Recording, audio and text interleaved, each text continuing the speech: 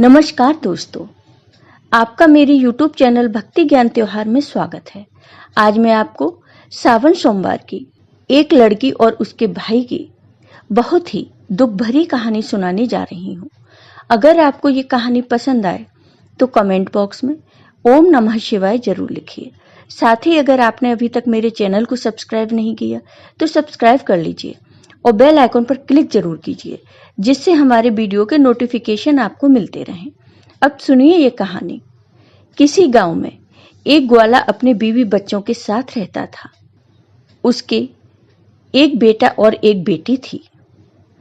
वह ग्वाला था तो उसके पास बहुत गाय और बछड़े थे।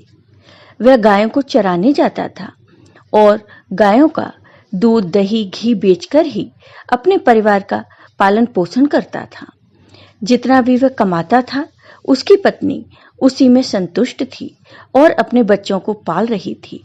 एक दिन उसकी पत्नी बहुत बीमार हो गई और उसकी मृत्यु हो गई। अब ग्वाले के ऊपर ही अपने दोनों बच्चों की जिम्मेदारी आ गई। कहते हैं कि अगर पिता मर जाए तो माँ अपने बच्चों को सही तरीके से पाल लेती है, लेकिन एक पिता ऐसा नहीं कर पाता। उस ग्वाले को भी बहुत परेशानी हो रही थी। वह गाय चराने जाता तो अपने बच्चों के लिए भोजन तैयार नहीं कर पाता। बच्चे अभी छोटे थे। बेटी 10-12 साल की थी और बेटा 8-9 साल का। कुछ समय ऐसे ही बीत गया। फिर ग्वाले ने बच्चों के पालन पोषण के लिए दूसरी शादी कर ली। ग्वाले की दूसरी पत्नी घर आ गई। वह ग्वाले के बच्चों को बिल्कुल भी पसंद नहीं करती थी और ग्वाला भी अपनी दूसरी पत्नी के साथ खुश रहने लगा। अब ग्वाला अपनी दूसरी पत्नी की ही सारी बात मानता था। धीरे धीरे समय बीतता है और बच्चे और बड़े हो जाते हैं। लड़का 12 साल का हो जाता है। उसकी दूसरी माँ लड़के को बिल्कुल भी पसंद नहीं करती थी।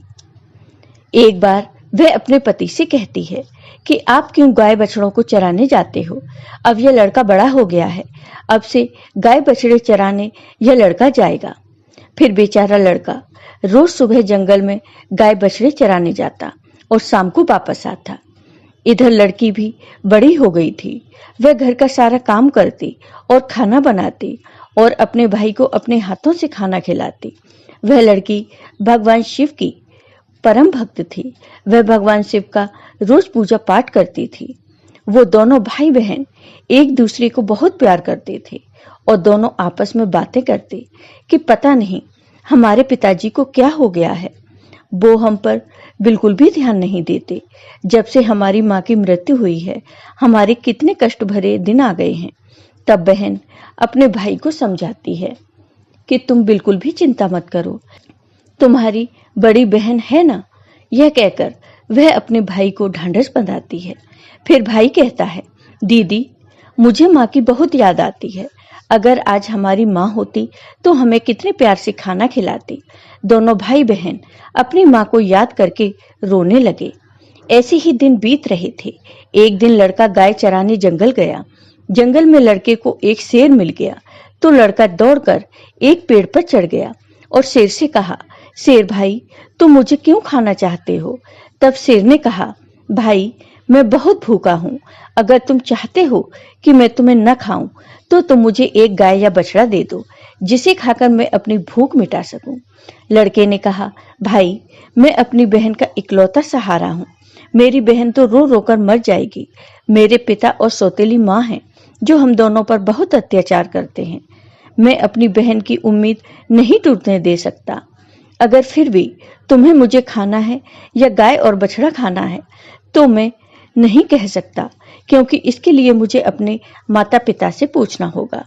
तब शेर ने कहा, ठीक है, कल तुम अपने माता पिता से पूछकर आना। फिर लड़का शाम को अपने घर गया और अपने पिता से कहा, पिताजी आज मुझे जंगल में शेर मिला।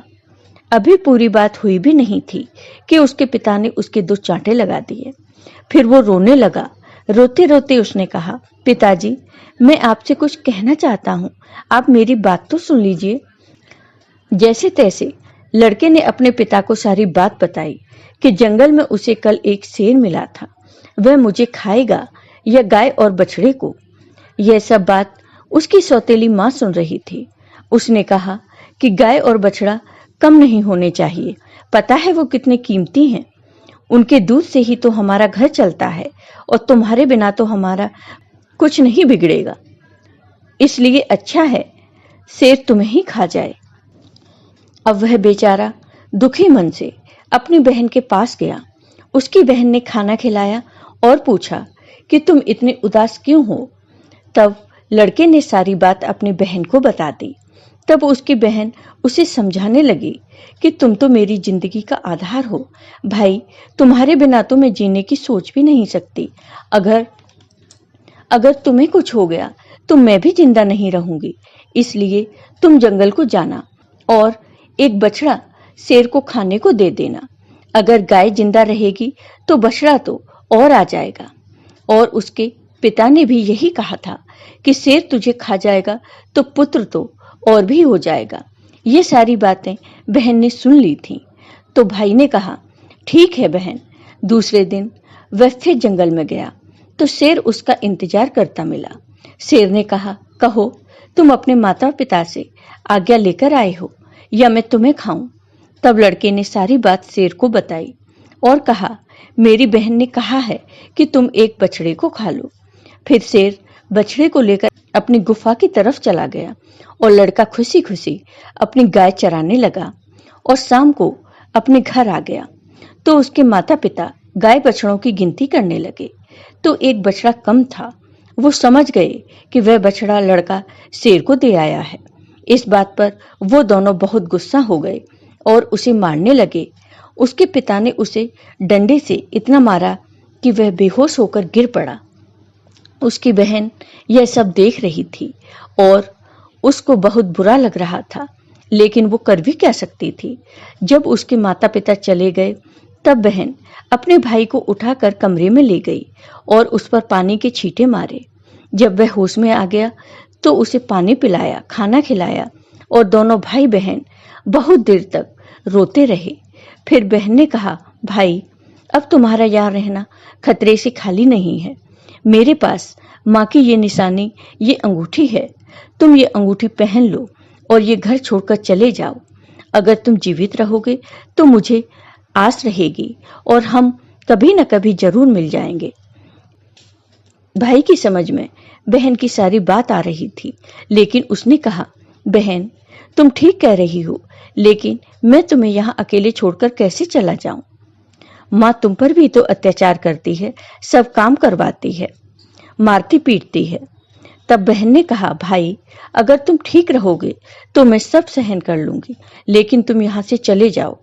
भाई अपनी बहन की बात मान लेता है और एक धागा उठाता है और अपनी बहन की कलाई में बांध देता है।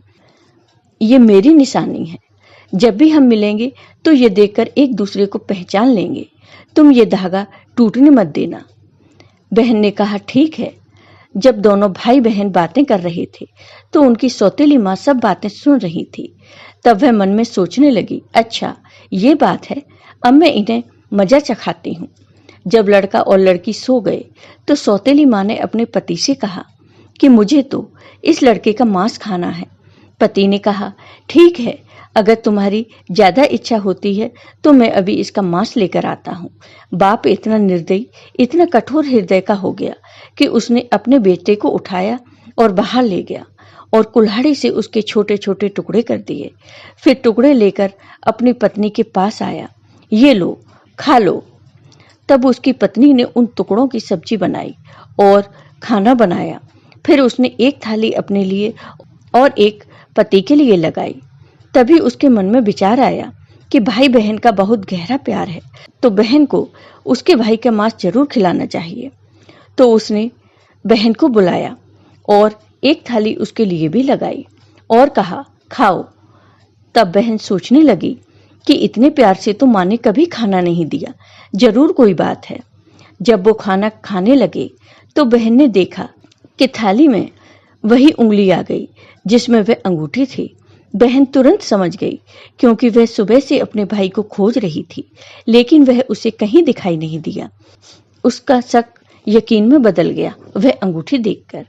अब वह अंदर जाकर जोर जोर से रोने लगी और भगवान शिव से कहने लगी, हे भगवान, ये क्या हुआ? इन लोगों ने मेरे भाई को मार डाला। अब मैं अकेली रह गई। अब वह रोई जा रही थी। तभी उसे बड़े बूढ़ों की बात याद आई कि किसी इंसान की मुक्ति तब तक नहीं होती जब तक कि उसकी अस्थियां नदी में विसर्जित नहीं होती।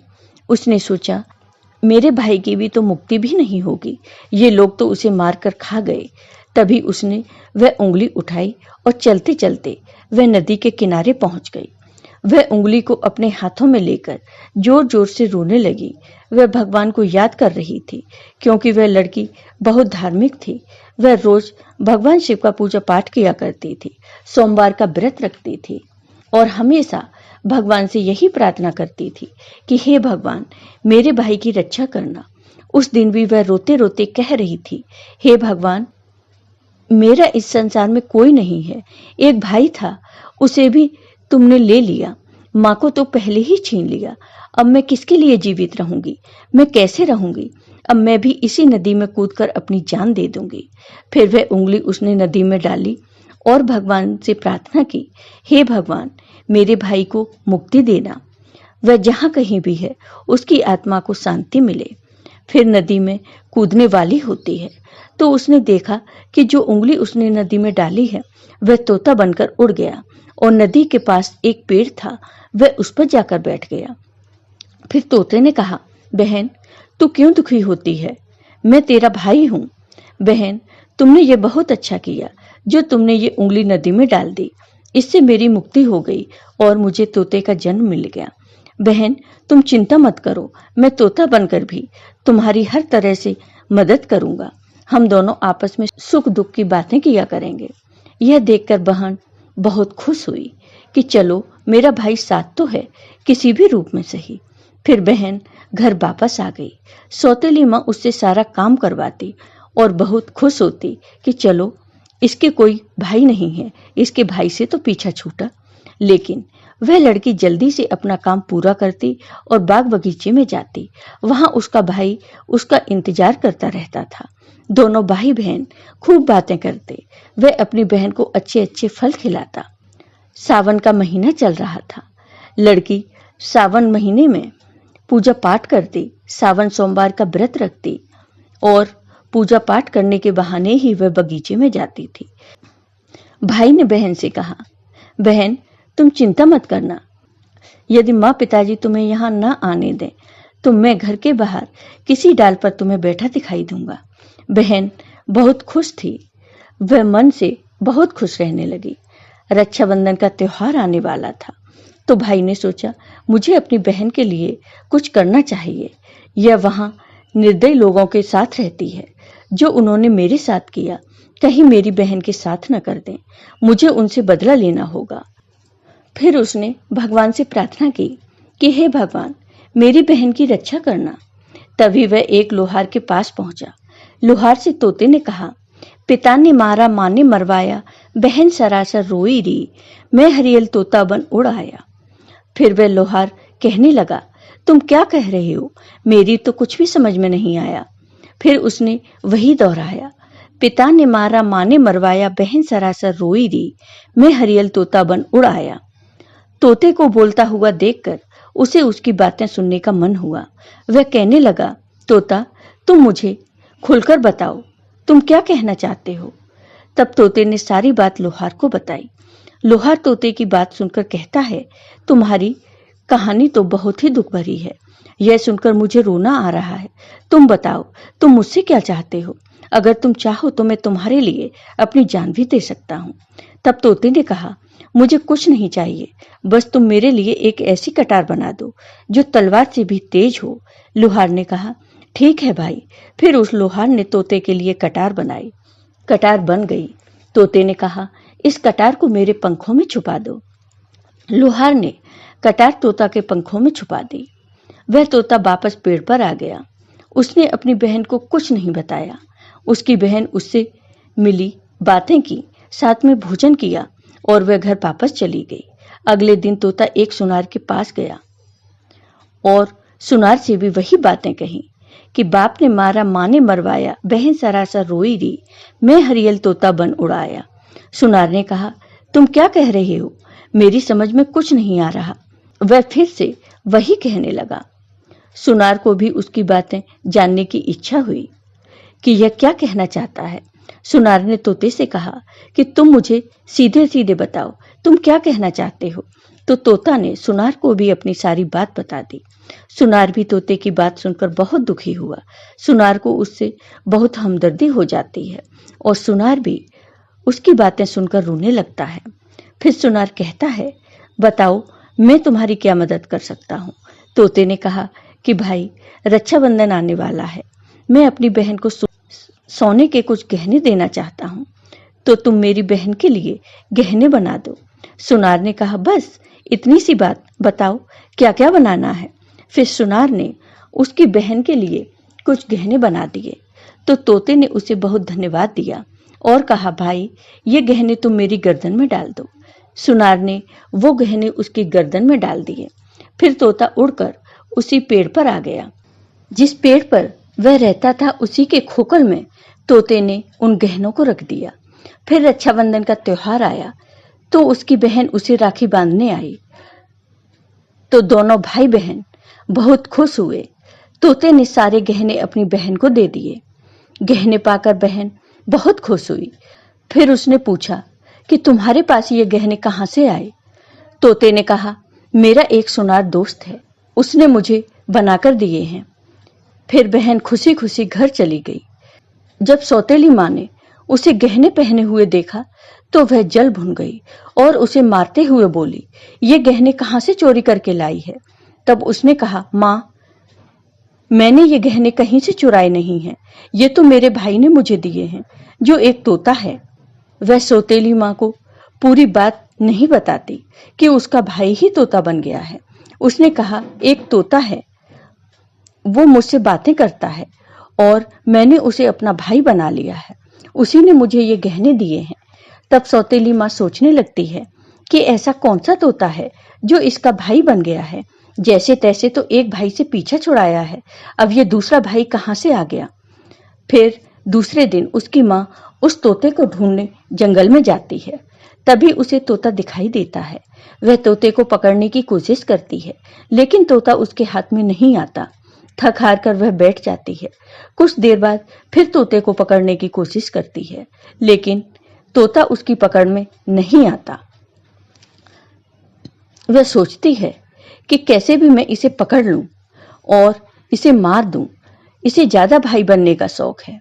वह सुबह से शाम तक तोते को पकड़ने की कोशिश करती है, लेकिन तोते को नहीं पकड़ पाती। फिर वह घर आती है तो उसका सारा गुस्सा उस लड़की पर निकलता है।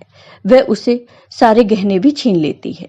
अगले दिन लड़की तोते से मिलने जाती है तो तोता कहता है, बहन, जो गहने मैंने तुम्हें दिए थे वो कहाँ हैं? तब बहन कहती है, भैया, वो गहने तो माँ ने छीन लिए। यह सुनकर तोता को बहुत गुस्सा आता है और वो कहता है, बस अब इनके पाप का घड़ा भर चुका है, अब इनको सजा मिलनी ही चाहिए। फिर वह तोता उस घर के बाहर एक पेड़ की डाल पर बैठ जाता है और इंतजार करता है कि उसके माता पिता कब बाहर निकलें। तब वह लड़की बाहर कुछ काम कर रही थी तो उसकी माँ किसी बात पर उसे डांट रही थी और उसे मार रही थी। तभी उसका पिता भी बाहर आ जाता है और लड़की को मारने लगता है। यह सब वह तोता पेड़ पर बैठकर देख रहा था। उससे यह सब देखा नहीं गया और वह अपनी सौतेली माँ और बाप पर झपट पड़ा। उसके पंखों में जो कटार थी उसने उन दोनों की आंखों में घुसा दी। अब दोनों अंधे हो गए और तड़पने लगे। फिर उसने अपनी चोंच से कटार उठाई और उन पर वार कर दिया। वह दोनों जमीन पर गिर पड़े। तोते ने कहा, तुम दोनों ने बहुत पाप किए हैं, मैं तुम दोनों को नहीं छोड़ सकता। तब वो दोनों कहते हैं कि तुम्हारा हमसे क्या बैर है? तब तोते ने कहा, तुमने तो मुझे मारकर खा लिया और पूछ रहे हो कि क्या बैर है? फिर वो दोनों तड़प तड़प कर मर जाते हैं। तब तोता अपनी बहन से कहता है कि चलो अब हम यहाँ नहीं रहेंगे। अगर यहाँ रहेंगे तो हमें अपने दुख याद आएंगे, हम उनको कभी भूल नहीं पाएंगे और दुखी रहेंगे। तो उसकी बहन कहती है, हाँ भैया, अब हम यहाँ नहीं रहेंगे। अब हम ऐसी जगह रहेंगे जहाँ कोई हम दोनों को अलग न कर सके। फिर वो वहां से चलते हैं तो चलते चलते एक मंदिर में पहुंच जाते हैं। तोता कहता है, बहन, इससे अच्छी जगह हमें कोई और नहीं मिल सकती। अब दोनों भाई बहन उस मंदिर में रहने लगते हैं। बहन तो पहले से ही पूजा पाठ करती थी, सोमवार का व्रत रखती थी। अब तोता भी पूजा पाठ करता है। पास में ही एक सरोवर था, उससे अपने पंख गीले करके लाता है और शिवलिंग पर जल चढ़ाता है। और लड़की भी भगवान शिव और मां पार्वती की पूजा करती है। ऐसे ही दिन बीत रहे थे। उसकी सच्ची भक्ति को देखकर एक दिन मां पार्वती ने भगवान शिव से कहा कि देखो, कितने दुखिया बहन भाई हैं। इनको देखकर मुझे रोना आता है। ये कितने तन मन से आपकी सेवा करते हैं। आपको इनका दुख दूर करना चाहिए। तब शिव जी ने कहा, हे पार्वती, ये तो संसार सागर है, हम किस किस का दुख दूर करेंगे। लेकिन पार्वती मां हट करने लगी और कहने लगी, नहीं भगवान, आपको इनके दुख को दूर करना ही होगा। तो भगवान शिव पार्वती मां के हट के आगे मान जाते हैं। जब वो दोनों भाई बहन पूजा कर रहे थे तो भगवान शिव और मां पार्वती प्रकट होते हैं और उनसे मनचाहा वरदान मांगने को कहते हैं। तो लड़की ने कहा, हे भगवान, मुझे कुछ नहीं चाहिए। मैं तो बस इतना चाहती हूँ कि मेरा भाई पहले वाले रूप में आ जाए और हम भाई बहन को कोई अलग न कर सके। उसकी यह बात सुनकर भगवान शिव और मां पार्वती बहुत खुश होते हैं और उन्हें वरदान देते हैं कि उसका भाई पहले जैसा हो जाए। फिर भगवान शिव और मां पार्वती की कृपा से वह लड़का पहले जैसा हो गया और अब भाई बहन बहुत खुश हो गए और भाई बहन खुश होकर भगवान शिव की पूजा करने लगे और बड़े प्यार से रहने लगे। जय हो भगवान शिव की, जय हो मां पार्वती की। आपको ये वीडियो पसंद आया हो तो कमेंट बॉक्स में कमेंट करके जरूर बताइए। साथ ही मेरे वीडियो को ज़्यादा से ज़्यादा शेयर करिए। धन्यवाद दोस्तों।